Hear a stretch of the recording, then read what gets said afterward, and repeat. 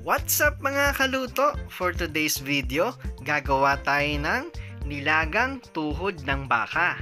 Saktong-sakto ito sa panahon ngayon, nag-uulan at malamig. Tara, samahan niyo ako at magluto na tayo. Let's go!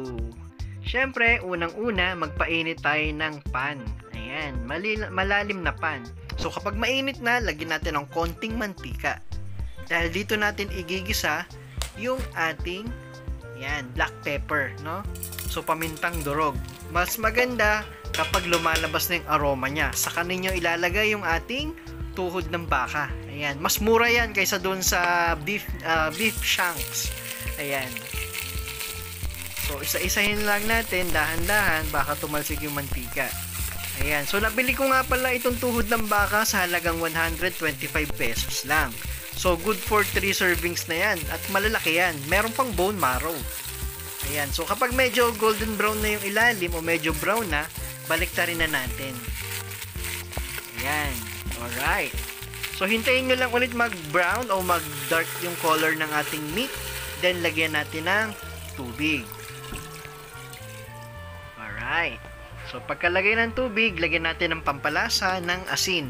Ang ginagamit ko guys is rock salt. Ayoko kasi yung pino no? So hintayin lang natin kumulo. So kapag kumulo yan, may lalabas yung mga bula-bula o yung mga tinatawag na scum.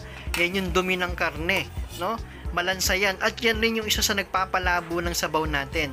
Tanggalin natin lahat yan para mas maganda yung kulay ng ating sabaw. Clear. Yan. So kapag natanggalan natin yung mga scum, lagay na natin yung isang buong sibuyas, no? Mas malaki, mas maganda.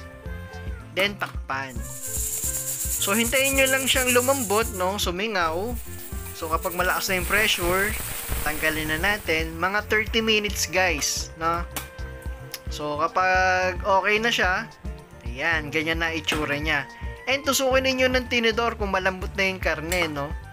Ayan, dahil malambot na siya, pwede na natin siyang timplahan. Ayan. So, lagyan natin ng Knorr beef cubes, baka naman. Ayan. So, i-dissolve natin yung ating cubes. Ayan. Next is, lagyan natin ng additional tubig, no? Kung gusto nyo mas maraming sabaw. Then, nilagay na natin yung ating potato o yung ating patatas.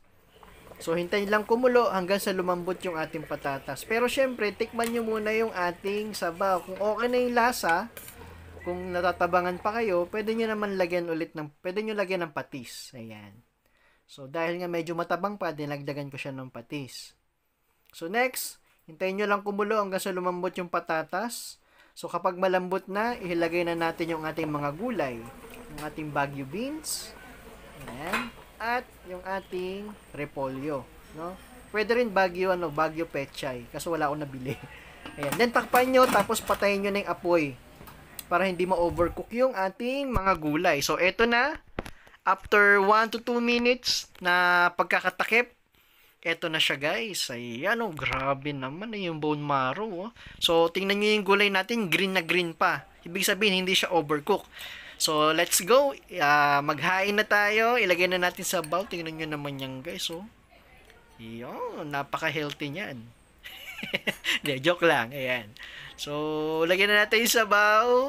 Ayan, grabe naman. Saktong-sakto sa malamig na panahon yan, no? Tapos, meron kang patis at sili na sausawan, no? Patis, sili at kalamansi. Panalo na yan.